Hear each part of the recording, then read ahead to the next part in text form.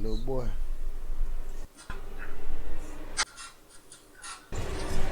The badass boy. His 13-year-old 13, boy, he looked 10. His 13-year-old Cristian Fernandez, a boy raised in a house of horror. Neglect by his parents and grandparents only drove him to repressed anger, That'll do which it. later made him the youngest person in history charged as an adult with first-degree murder. Cristian was born in Miami, Florida in 1999 to Biannela Susana, who was just 12 at the time. The boy's 25-year-old father received 10 years probation for sexually assaulting her. When Fernandez was 8, the Department of Children... What? 10 years probation for making a baby with a 12-year-old? 10 years probation is country, so... Cristian was born in Miami, Florida in 1999 to Biannela Susana, who was just 12 at the time. The boy's 25-year-old father received 10 years probation for sexually assaulting her. When Fernandez was 8, the Department of Children and Families investigated a report that he was molested by an older cousin. By October of 2010, Fernandez and his mother were living with her new husband when he suffered an eye injury so bad that his school sent him to the hospital, where he was examined for retinal damage. Fernandez told officers that his stepfather had punched him. When officers went to the family's apartment, they found the stepfather dead from a self-inflicted gunshot wound. But on June 3, 2011, deputies were called to the apartment. Fernandez's baby brother, David, was dead inside. After the police found blood on his shirt, they decided to interrogate him on what happened that day. Now, looking at the room placement, you can tell that this looks like a high-pressure environment, as he's made to sit in a corner against a detective. However, the detective decides to use the child's innocence to turn this interrogation into a conversation. Oh, you're 13 now? Mm-hmm. Oh, okay. So you're 13 years old. I'm 12. That's what I'm saying, 12. Okay, okay, all right. So today is... So let's look at the line of events here. Grown man gets 12-year-old pregnant. 12-year-old has a baby. 8 years later, she's with somebody else. He injures. The new guy injures that baby. Police come to the house. New guy is smoked. They come back and they find his little brother. It's 14. It's the 15th now. 15. It was the 14th, but it's the 15th. And it's late. Ooh. Okay. What this says is this is your constitutional rights, okay? And this is what I'm going to read it to you, okay? And I just need you to sign here that you understand them. You have nice cursive. My son's working on his. That looks good. Do y'all have to write everything in cursive at school? You have to write everything in cursive at school? No? Now, from the start, we have to give props to Detective Nichelle Soleg for being so calm and engaging in her responses, considering that this is such a complex case. Tonight you were home. Well, you told me, you said before, in January, he got hurt, right? Mm-hmm. And he had broken his leg, little David. Mm-hmm. And how did he break his leg in January? By yoga. Yoga? Yoga. In what room? Stop. And he had broken his leg. Or, in January. Jody got stupid lies. They're the lies of a child. Just abuse from the top layer all the way down. He got hurt, right? Mm-hmm. And he had broken his leg, little David. Mm-hmm. And how did he break his leg in January? By yoga. Yoga? Mm-hmm. And what room were you guys in? In our room. Okay. You share a room with him? No, he always goes to he's always sleeping with my mom. Okay, so he sleeps with your mom. Oh. And you and your 5-year-old brother and your 4-year-old sister all share a room. Mm-hmm. So, y'all were in your room doing yoga? Mm-hmm. Were y'all watching a video or something, or? No. So what exactly happened that day in January? That I put his legs to and back of his butt. Okay, like how? Can you show me? I mean, you probably can't. Flexible, but how did you do his legs? Like the Indians do. Like the Indians do? Mm-hmm. So like, did you put like the leg so behind he was trying to put him in the lotus. Like in the floor behind him. Oh, so like kind of like a reverse Indian style? Mm-hmm. So like, you put the legs behind him? Mm-hmm. Were y'all watching that on TV or something? No. Where'd you see that at? In a book. And where? In a book. You still have that book? No. Where did that book come from? From when I was in Miami. Oh, Miami. Okay. Who else was in the room when that happened? Me and him. Just y'all two? Mhm. Where was your mom at? I think she was taking my boys to school. So, okay. So, Oh, there we go. Oh, yeah. I know he doesn't really look like your brother, but you can show me with the doll how he did that. You want to show? Wow. So, he was sitting like this, and then how did you do his legs so we can understand happened? Like this. Damn. Camel clutched him. Oh, and then what else did you do with his little legs? And like this. And that's it. You pushed him back? Mm-hmm. You Folded didn't twist him the up. leg up or anything? Or? What do you mean like No, I don't know. I'm asking like exactly what you did. Show me again what you did. like this? Oh, okay. Okay. Okay. But did you hear a snap or something? Did you hear a pop? Well, sort of. Yeah. And what happened then? He started crying and then I stopped. Yeah, he started crying. You And, snapping him in so half. how long was it before your mom got home? A couple of minutes. And what did you tell your mom about it? I don't remember the story that I made up before. The what? Babe? What I told her before. What do you mean? I didn't tell her that I was doing yoga with him. Oh, what did you tell him? What did you tell her? I don't remember. What I Oh, told you her. don't remember what you told her is what you're saying? Mhm. Oh, okay. How long did he cry for? A long time? Mm-hmm. Oh, no, that probably hurt him really bad, huh? At this point, you can tell that the mother is clearly instilling the wrong messages in her child by not being vigilant of her child's behavior. Looking at the 2011 incident where his brother broke his leg, you can see that instead of making the boy realize his mistake, he was later pushed to lie about how his brother got injured in the first place. I didn't hear him say the mother told him to lie. I think the commentator misunderstood that. Brother and sister in there? Mm-hmm. All y'all in No, there? I think it was just me and him too. Just y'all two? Mm-hmm. So tell me what really happened tonight. I put him to carry books. You put him to carry books? Mm-hmm. Okay, what kind of books? Like the books that we have on our bookshelf. Are they big books or little books? Or... Like a bunch of skinny books. Okay, so he was carrying them? Mm-hmm. Does he walk good with that one cast on? If he starts with one and normal walks with the other. Okay, His so leg he is had still books in broken, his still got a arms? cast. Mm-hmm. And then what And happened? then they fell on him. They fell on him as he was carrying? As he was carrying them. Where did they fall on him at? On his head. And, How did they fall on his head if he was carrying? on like this he was carrying them. Because he doesn't know how to carry a weight. So then what else happened? And then they fell on him and then he fell.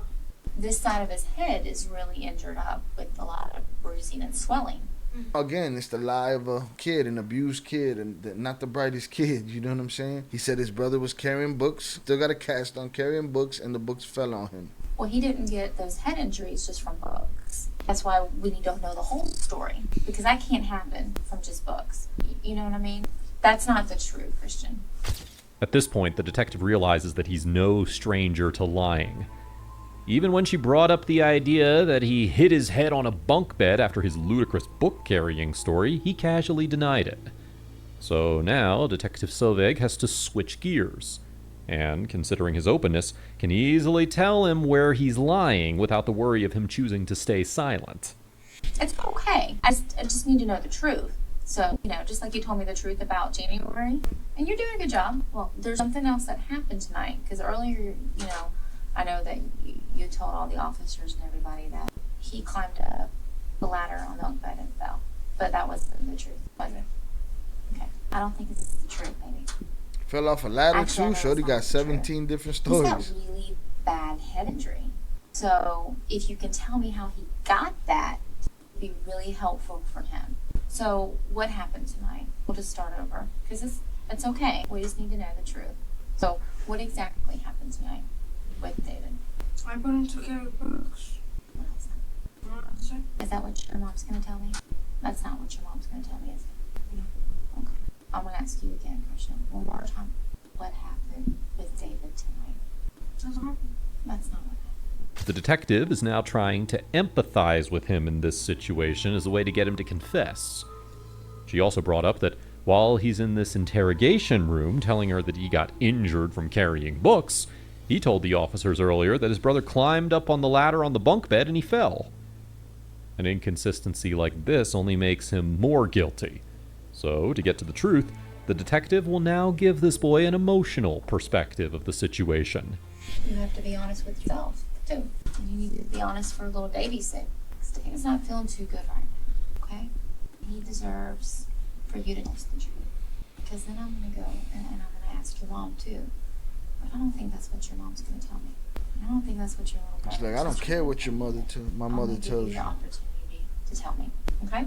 So my mother's the reason I'm like take a deep this. breath and tell me, when you and David Her mother's were the in reason bed she's together like tonight, this. what So on and so forth. You can tell me. You can tell me, okay? You can tell by the boy's downward gaze and silence that he's starting to feel guilty, especially when the detective brings up little Davy. Now, while this is effective in interrogation for adults, some vulnerable individuals can sometimes feel the emotional burden too much, and they might end up making a false confession. But, considering that his current lie is that his baby brother hurt himself from carrying books, it's without a doubt that he's hiding something and is very close to confessing. And at this point, the smartest, or in some cases the riskiest thing a detective can do, is to say the word that the detective wants the other person to say. Did you push him down? So what happened to him? Did you slam him down? What do you mean slam? Like on the ground? No. Well, what happened to him?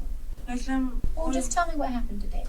Tell me the truth. And that way you don't have to lie anymore. You don't have to make up stories. Okay?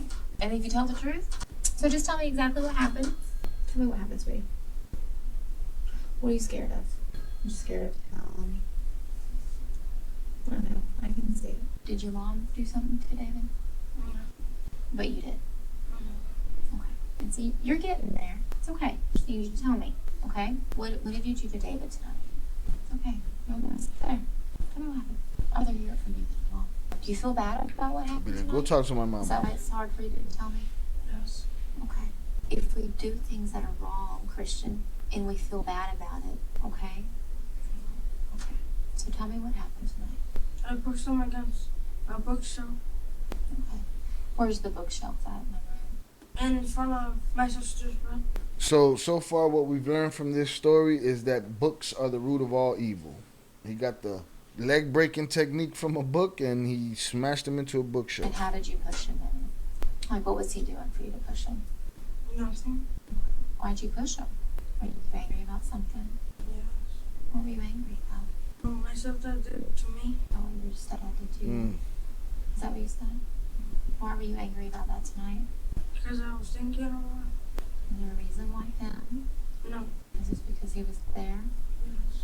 How many times did you push him into the shelf? Twice. You pushed him pretty hard. What do you think? Did you push him pretty hard? What'd you say to him? You say bad words to him? Yeah.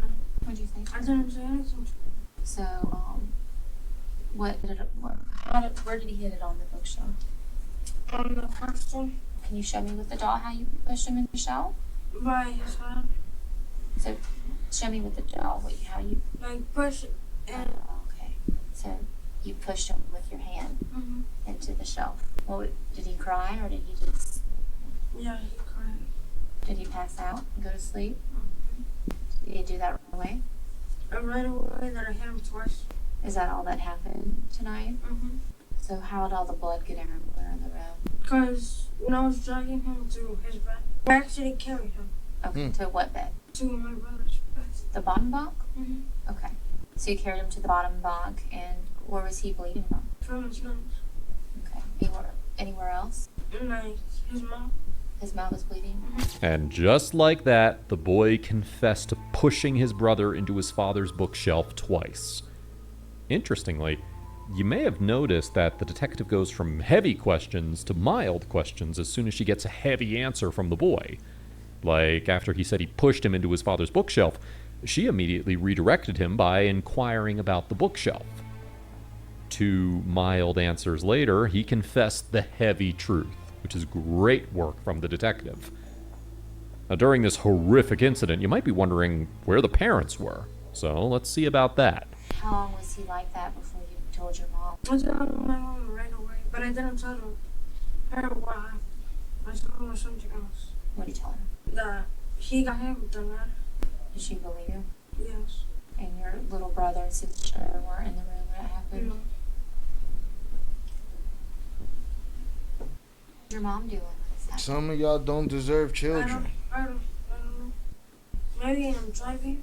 Was she home or no? Where was she at? Taking my brother to school. I mean, I'm not sure where she was. But she wasn't home when it happened? Did she make you babysit your brothers and sisters a lot? Mm-hmm. But not a lot. Okay. So you stay at home with them a lot. I mean, not a lot, but you babysit them. Okay. But when I'm babysitting, they always stay together. The three of them. But where were the other two tonight when your mom was gone? Louis was still with me and Yanni was with my mom. So just you and David were in the room? No, me and my sister. Okay, so your other brother was with your mom. Mm-hmm. Okay, so your sister was in the living room and David was in the room with you. Mm-hmm. Okay. Did you call your mom as soon as it happened? Or did you just No, wait for her to come home? as soon as it happened, I realized what I'd done. So you realized he was hurt. Mm-hmm. And how long did it take her to get home? A couple of minutes. And what did she do when she came home? She cleaned them and she went to the hospital. Cleaned them and changed his clothes. Clean him and clean, change his Huh. clothes? Well, I think she changed because I was in. I didn't see him after. I think she changed his clothes and cleaned them. Mm-hmm. So did she? You said that she got on the computer before she went Mm-hmm. to the hospital? No, she was on the phone on the computer. Okay. Do you know what she was looking up? No. According to the reports, Cristian called her around 9 a.m., and his mother didn't call the doctor nor take the toddler to the hospital until about 5:25 p.m. Even then, as her son lay bleeding in the other room, she surfed the internet, downloaded music, and made some medical-related searches with the keywords Really? concussion and unconscious for hours. Not to mention that she left her 5-year-old with her 12-year-old, who had already shown signs of anger towards his little brother. Did your mom say anything different when? I'd like to, but she didn't know it was me that did it. Right. So I'm sure now. okay. This is actually a good sign of ignorant parenting. As a 12-year-old, Cristian had no idea that doing something like that would harm his little brother. It's only when parents are vigilant of their children's interactions that they can educate them on what is right and what is wrong. He had no idea that he'd break his brother's bone by doing what he calls the Indian. In fact, when David fell unconscious, Cristian picked him up and laid him in his bed. He denied intent to kill his brother, and several times asked the officers if doctors could wake him up. This shows how considerate he is, and that he never intended to kill. After the detective steps out and gives him 10 minutes to think about the situation, she decides to tell him the truth about whether his little brother survived or not. Shit.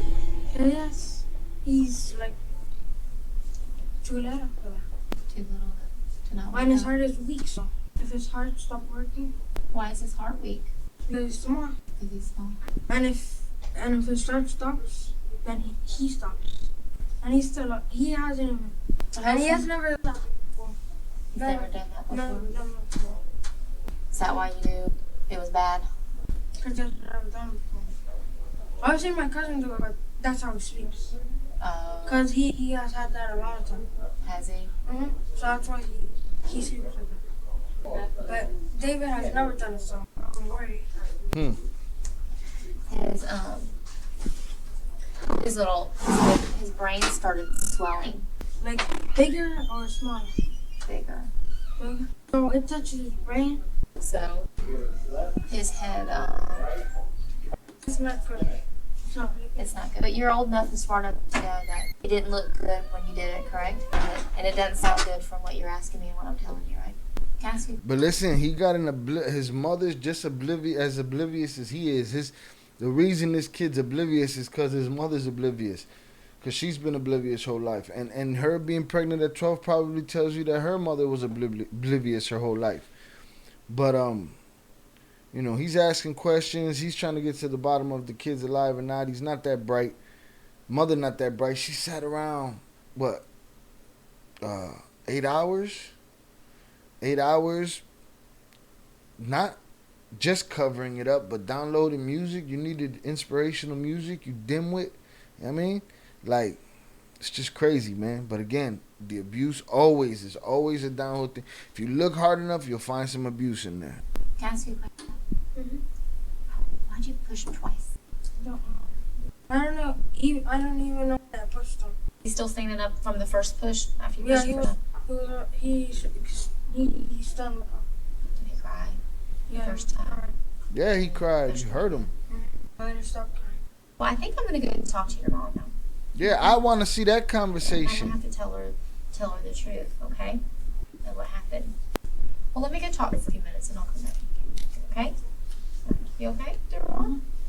After this interrogation ended, the detectives had a clear confession against Cristian, but a judge dismissed it, citing that he did not understand his Miranda rights during police questioning. Absolutely. However, he was found guilty of first-degree murder as an adult. And yes, there was a sexual assault charge against him as well, but that was dismissed. At the time, he was 13, so he was given a juvenile life sentence, which means staying in jail till he turns 19.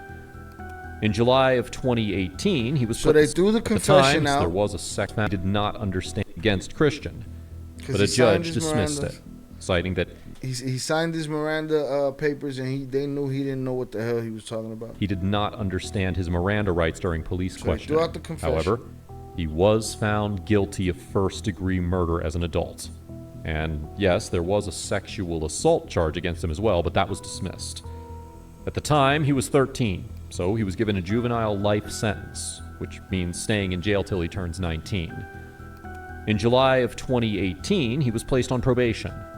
The judge also ordered Cristian to stay away from minors and not to have contact with his surviving siblings unless they first contacted him.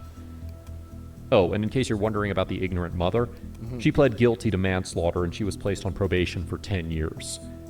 This was how Jesus. Buddy got 10 years probation for getting her pregnant when she was 12.